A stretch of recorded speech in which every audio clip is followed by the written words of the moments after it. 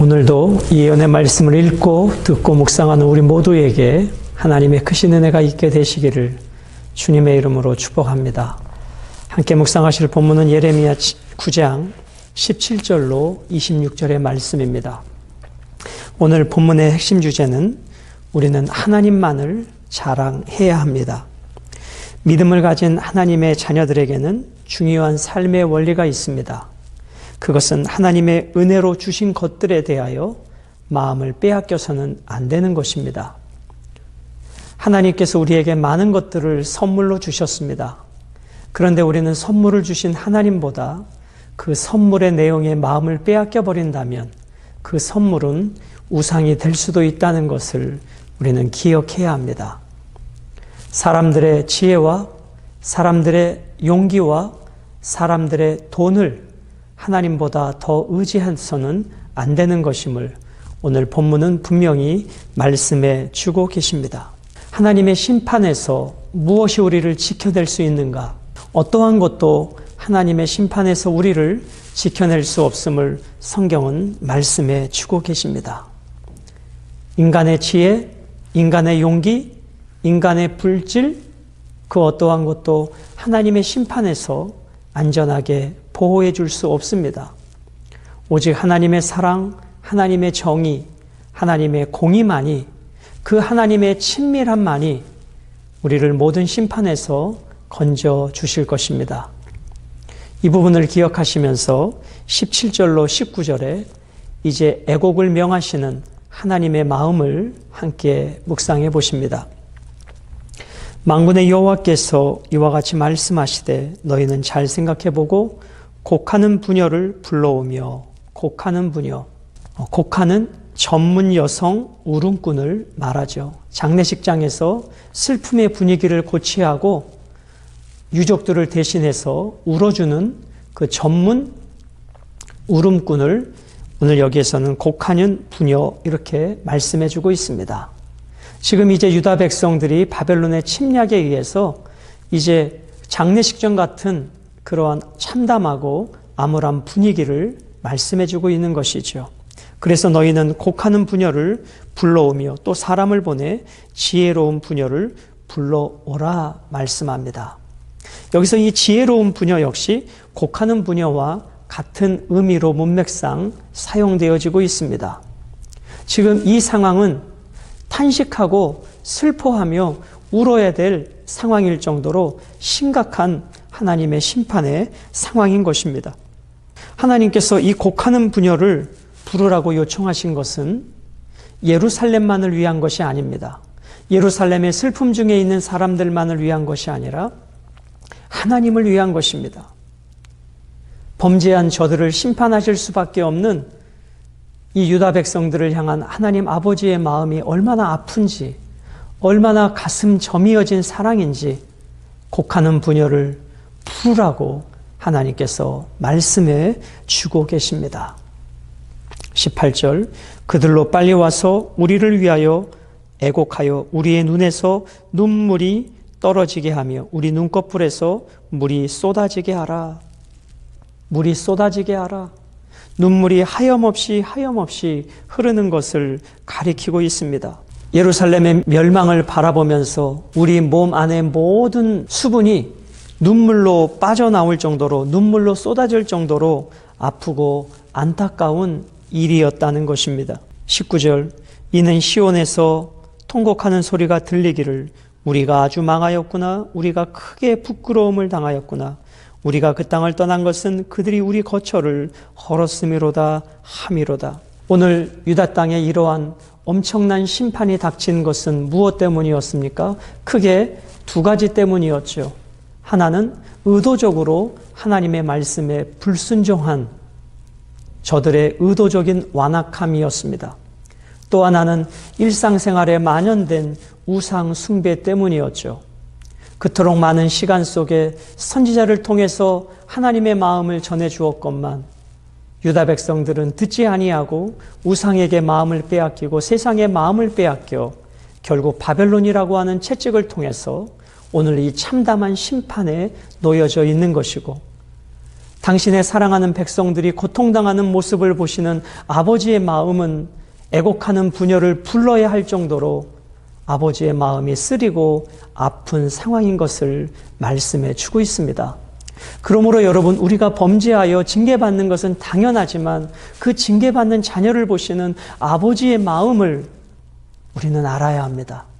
그러므로 우리는 그 아버지의 아픈 마음을 위하여서라도 우리는 죄와 싸워 이겨야 하고, 우리 때문에 탄식하지 않게 하시기 위해서라도 우리는 세상의 유혹들을 이겨내어야 하는 것입니다. 자, 20절로 22절은 왜 이렇게 슬픈 노래를 불러야 하는가? 그 유다의 참담한 상황들을 묘사해 주고 있습니다. 20절, 부녀들이여 여호와의 말씀을 들으라. 너희 귀에 그 입의 말씀을 받으라. 너희 딸들에게 애곡하게 하고 각기 이웃에게 슬픈 노래를 가르치다. 온 유대 땅은 이제 슬픔 속에 빠져 있었던 것이죠. 노아를 통해서 하나님의 홍수의 심판을 그렇게 외쳤지만, 그 많은 시간 동안 외쳤지만 저들은 눈에 보여지지 않는 이 비 앞에 여전히 세상의 쾌락 속에 빠져 있었죠. 그러나 이제 하늘이 터지고 땅의 샘들이 터짐으로 홍수가 날 때 비로소 저들은 두려움에 빠지게 되었습니다. 마찬가지로 유다 백성들도 그 수많은 경고를 듣지 아니하고 이제 눈에 펼쳐지는 바벨론의 현실 앞에 저들은 울고 또 울고 있는 것입니다. 이것이 인간의 어리석음이 아닐까요? 그렇게 하나님의 말씀이 선포돼도 막상 내 삶의 현실에 닥치기 전까지는 우리는 세상을 놓지 않고 욕망의 끈을 놓지 않는 이 인간의 어리석음 말이지요. 내일에 하나님의 심판이 오는데도 오늘 세상 앞에 마음을 빼앗겨버리고 살아가는 우리의 모습은 아닌지를 우리는 생각해 보는 것입니다. 21절, 무릇 사망이 우리 창문을 통하여 넘어 들어오며 우리 궁실에 들어오며 밖에서는 자녀들을, 거리에서는 청년들을 멸절하려 하느니라. 이제는 집안도 궁궐도 거리도 밖에도 안전한 곳은 하나도 없습니다. 그래서 집안에서도 밖에서도 사람들이 죽어갑니다. 거리에서도 젊은이들이, 청년들이 죽어갑니다. 그리고 그 시체를 다 정상적인 장례를 치르지 못할 정도로 길거리에는 수많은 시신들이 난무하는 참담한 유다 땅의 황폐한 현실을 보여주고 있는 것입니다. 22절, 너는 이같이 말하라. 여호와의 말씀에 사람의 시체가 분토같이 들에 떨어질 것이며 추수하는 자의 뒤에 버려져 거두지 못한 곡식당같이 되리라 하셨느니라. 많은 사람이 오가는 공공구역 거리에서도 청년들을 멸절한다는 것은 모두가 보는 공공장소에서 대량 학살이 일어난다는 것이죠. 그리고 그들의 시신들이 수습되기도 전에 또 많은 사람들이 죽임을 당하게 되므로 이제 길거리에는 수많은 시신들이 난무하는 참담한 환경이 보여지고 있는 것입니다. 이런 하나님의 심판 앞에서 인간이 하지 말아야 될 세 가지를 23절과 24절은 말씀해 주고 있습니다. 자랑해서는 안 될 지혜와 힘과 재물인 것이죠. 23절, 여호와께서 이와 같이 말씀하시되 지혜로운 자는 그의 지혜를 자랑하지 말라. 용사는 그의 용맹을 자랑하지 말라. 부자는 그의 부함을 자랑하지 말라.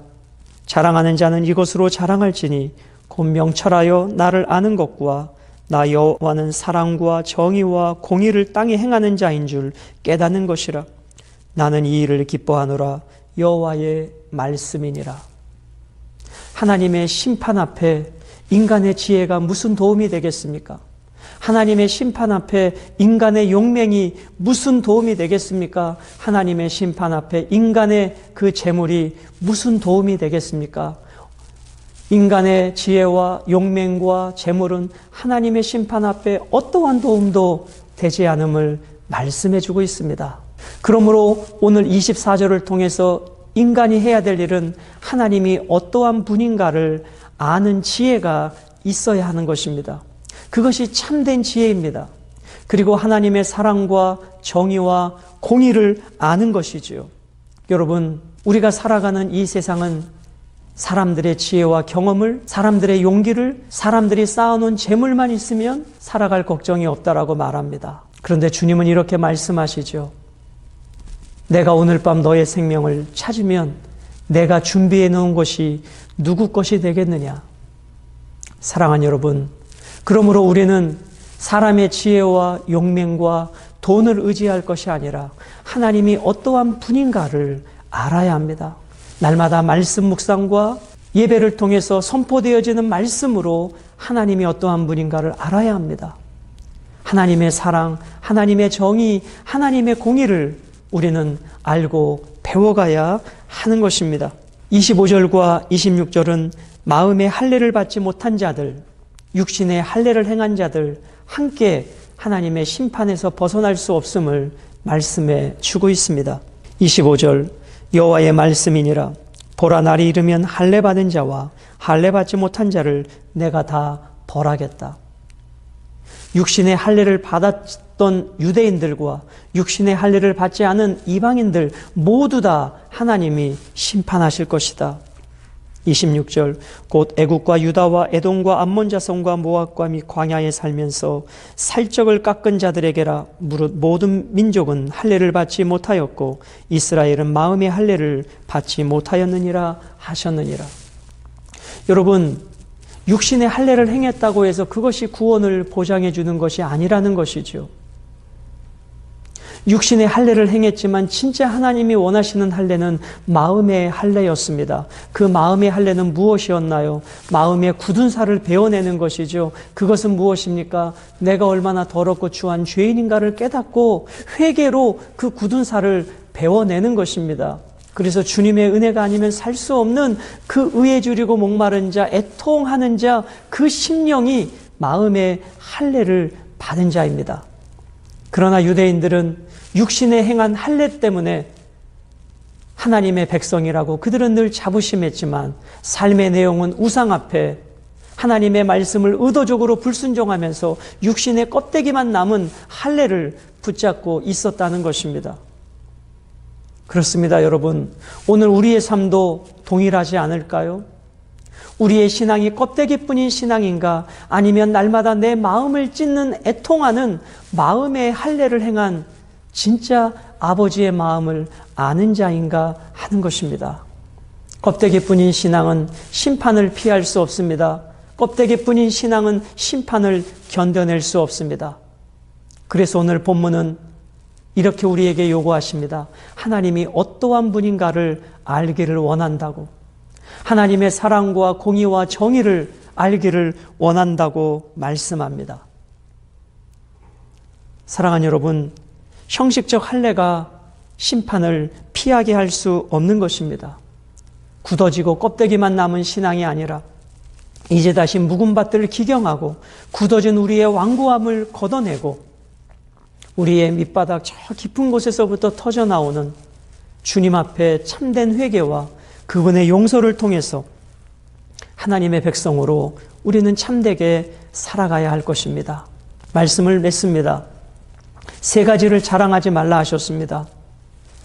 세상의 지혜와 세상의 용기와 세상의 재물을 자랑하지 말라 하십니다. 이것은 심판에 어떠한 유익도 주지 못하기 때문입니다. 인간의 능력을 자랑하는 것은 곧 바벨탑을 쌓는 것과 같은 것입니다. 그 바벨탑은 허물어지고 말 것이기 때문입니다. 그리고 우리는 무엇을 자랑해야 되는가? 하나님의 영광을 자랑해야 합니다. 그분의 사랑을, 그분의 정의를, 그분의 공의를 우리는 날마다 자랑해야 합니다. 이것이 내가 죽고 예수로 사는 그리스도인의 삶이라고 저는 이 아침에 함께 여러분들과 나누고 싶습니다. 오늘도 주님으로 행복하시고 하나님을 자랑하는 참된 생명의 한날이 되시기를 주님의 이름으로 축복합니다.